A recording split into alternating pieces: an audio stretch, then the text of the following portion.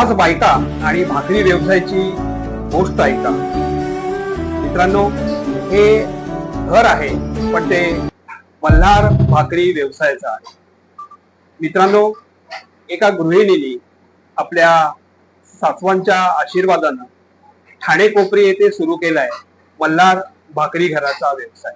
मित्रांनो, ही खरंच भाकरीची गोष्ट आहे आणि त्या भाकरीचा व्यवसाय सुरू करणाऱ्या प्रियंका गायकर यांच्याकडनं या भाकरीची गोष्ट आजच्या या भागातनं जाणून घेणार आहोत. नमस्कार, मी योगेश आणि आपण पाहत आहात योगेश कोळी ऑनलाईन. योगेश कोळी ऑनलाईन, एक पाऊल तुमच्यासाठी. नमस्कार, मी प्रियांका स्वप्नील गायकर ठाणे कोपरी मधनं बोलते. माझ्याबद्दल सांगायचं गेलं तर मल्हार भाकरी घरचे फाउंडर, आणि ही कल्पना सुचली बिकॉज ऑफ मी माझं बॅकग्राऊंड हे हॉटेल मॅनेजमेंट मधनं आहे. मी BSc hotel management pass out आहे स्टुडंट. पण after pass out me 10 years as a corporate मध्ये जॉब केला, admin departments and various departments. But ते एक कुठेतरी होतं की जॉब करताना मला सॅटिस्फॅक्शन वाटत नव्हतं. प्लस ॲज अन आई, मदर ऑफ 2, मी थोडीशी डिससॅटिस्फाईड होती की मी माझ्या मुलांना वेळ पण देऊ शकत नव्हती. आणि त्या कल्पनेमागे मला ती रोज एक इच्छा होती की मी स्वतःच काहीतरी सुरुवात करू, जेणेकरून मी दोन्ही पोझिशन्स नीट सांभाळू शकते. आणि मग मी हे चालू करण्याचा एक विचार केला.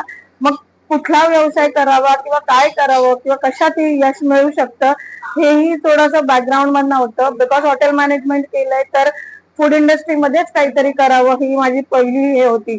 आणि आजकाल जशी वाढती मागणी बघून भाकरी हा सहजासहजी मिळणारा पदार्थ नव्हता. सर्च केल्यावरती बाकी सगळ्या वेबसाईट्स वरती आणि साईट्स वरती मग आपली संस्कृती, बीन अन आगरी कोळी, आपली संस्कृती मधला खाद्यपदार्थ काहीतरी एका लेवलला न्यावं म्हणून मल्हार भाकरी घर याची ही कल्पना सुचली. आणि ही स्टार्ट करण्याचा माझ्या मनात एक विचार आला. आणि मग त्याच्या मागणं मशिनरीज कुठनं घ्याव्या, रॉ मटेरियल्स कुठनं घ्यावं, हे सगळं उभं राहिलं.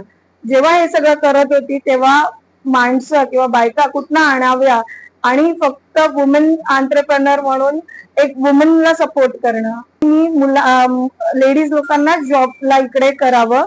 आणि पण जॉबला करतानाही बायका टिकतील नाही टिकतील ह्याचा मला अनुभव नव्हता. म्हणून सगळ्यात पहिला जो विचार आला तो, आपण घरात एका जॉईंट फॅमिलीमध्ये राहतो तर आपण पहिला आपल्या घरापासून सुरुवात करूया. म्हणून प्रत्येक जण म्हणतात की सासू सुनांचं पटत नाही, पण इथे वेगळं झालं की सासूंना विचारल्यावरती सासू लोकांनीच बॅक सपोर्ट दिला. आणि म्हणून आज आम्ही 2 सासवा, माझ्या काकी सासू आहेत, त्यांनी मला सपोर्ट केला या बिझनेस मध्ये. आणि जिथनं आम्ही स्टार्ट केलं, आम्ही तिघी पहिला स्टार्ट झालो. त्याच्यानंतर मग ते बघून बघून आमच्या गावातल्या बाकी काही महिला आहेत त्या येऊन आम्हाला सपोर्ट करायला लागल्या. आणि आज आम्ही हा व्यवसाय as an all women entrepreneur, all women business म्हणून रन करतो आहोत.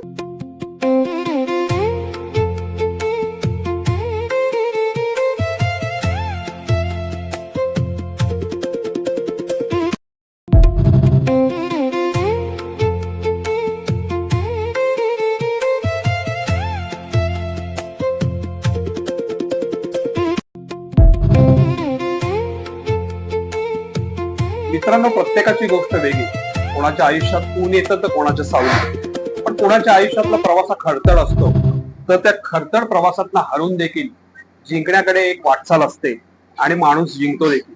आणि आपण आज जे स्वप्नातलं घर पाहणार नाही आहोत, तर साक्षात भाकरीचं घर पाहणार आहोत. आणि त्या भाकरीचा व्यवसाय सुरू करणाऱ्या प्रियंका गायकर आपल्या सोबत आज चर्चेला आहेत. ताई, नमस्कार. नमस्कार. कशी झाली ह्या भाकरीच्या व्यवसायाची कल्पना सुरू? जसं की तुम्हाला सांगितलं की मला अगोदरपासूनच होतं की 10 वर्ष कॉर्पोरेट मध्ये जॉब करून एक सॅटिस्फॅक्शन नव्हतं. आणि कुठेतरी आपण जॉब करतोय ते फक्त आपल्यापुरती असतं, पण अजून 4 बायका जर आल्या आणि घर चाललं तर त्याच्याहून जास्त समाधान कोणालाच नसतो. म्हणून ऍज अ लेडीज मला अजून 4 लेडीज लोकांना इन्व्हॉल्व करून त्यांच्यासाठी पण एक काहीतरी करायचं होतं एक लेवलवरती. आणि त्यासाठी हे कल्पना सुचली. आणि आपली आगरी कोळी पद्धतीची संस्कृती मुळात भाकरी ही कुठल्या तरी एका चांगल्या लेवलला, जसं पिझ्झा बर्गर जाऊ शकतो तर भाकरी का नाही जाऊ शकत एका लेवल. आणि इकडनं ही कल्पना सुरू झालेली आणि यामुळे मल्हार भाकरी घर याची निर्मिती झाली. मल्हार भाकरी घर ही कल्पना सुचली ज्या क्षणी, आणि मग हा व्यवसाय कसा काय सुरू झाला? हा व्यवसाय असा झाला की मशिनरीज बघण्यापासून रॉ मटेरियल्स कुठनं घ्यायचं, पीठ कुठनं आणायचं, बाकी पॅकेजिंग कशी करायची, कोणाला सप्लाय करायचं.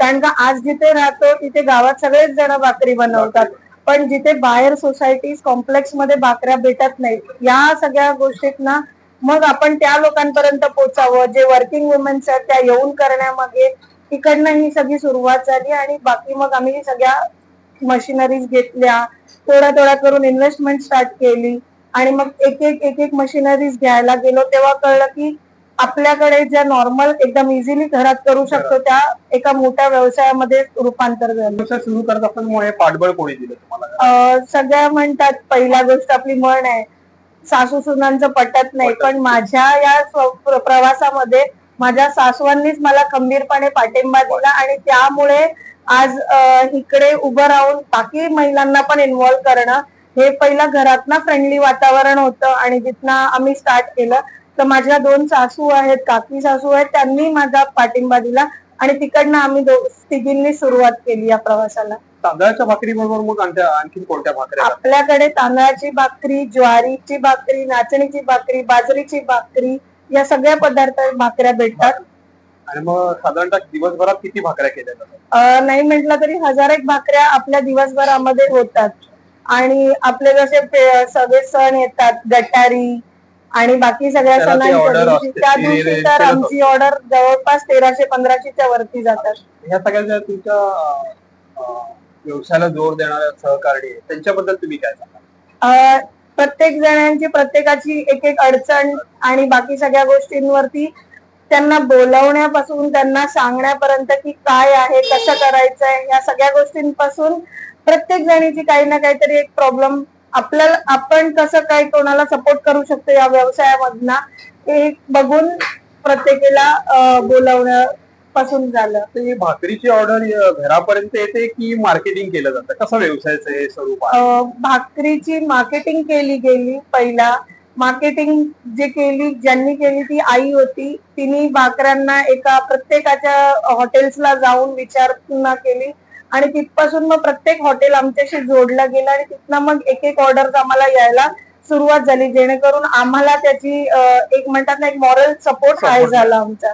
खर तर कोळी आगरी समाजाची जी भाकरी आहे त्या अशा व्यवसायातनं तिला राष्ट्रीय आंतरराष्ट्रीय दर्जा मिळायला लागेल. माझी आई ही सेल्स बघते, कुठल्या ऑर्डर्स येऊ शकतात, हॉटेल्सला अप्रोच करणं, कुठल्या पोळी भाजींना अप्रोच करणं, हे माझी आई ही त्यात माझा सहभाग आहे. आणि बाकीच्या वेळेला तर गावातल्या बायकाही तशाच आहेत आणि भरपूर सारा सपोर्ट मला लेडीज कडनंही भेटला या इनिशिएटिव्ह मध्ये.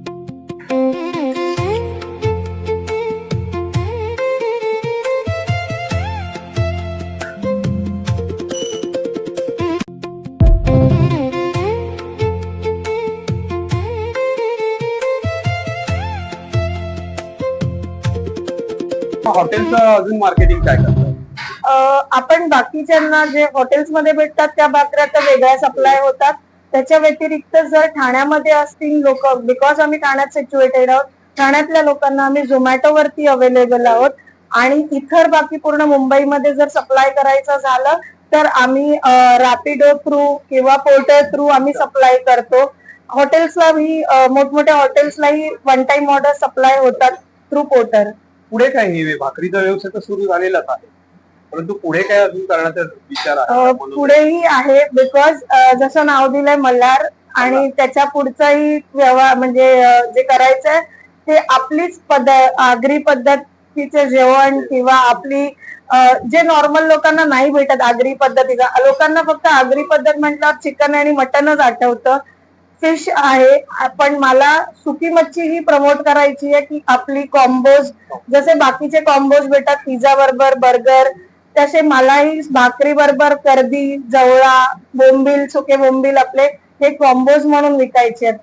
तुम्ही हॉटेल मॅनेजमेंट केली, मग एखादं पंचतारांकित हॉटेल न करता तुम्ही या असं छोट्याशा व्यवसायात सुरुवात केली?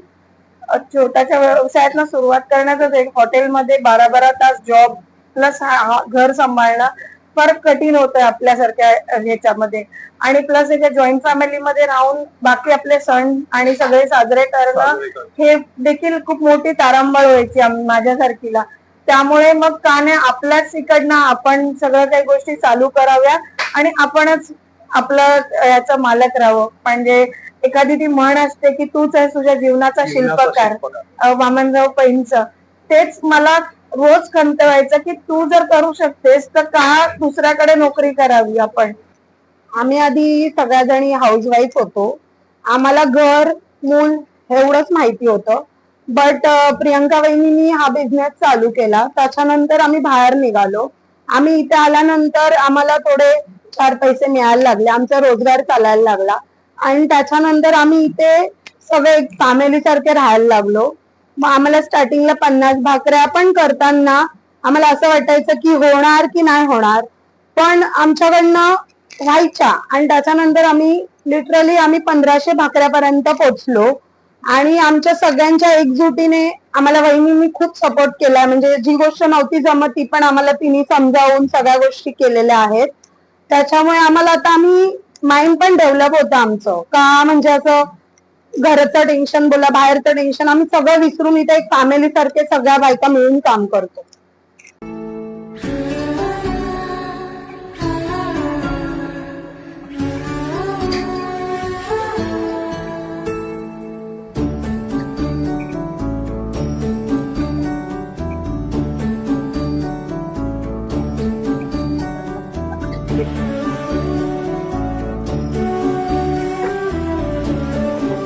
प्रत्येक स्त्रीच्या मागे एक खंबीर पुरुषाची साथ असते, तुम्ही काय सांगा?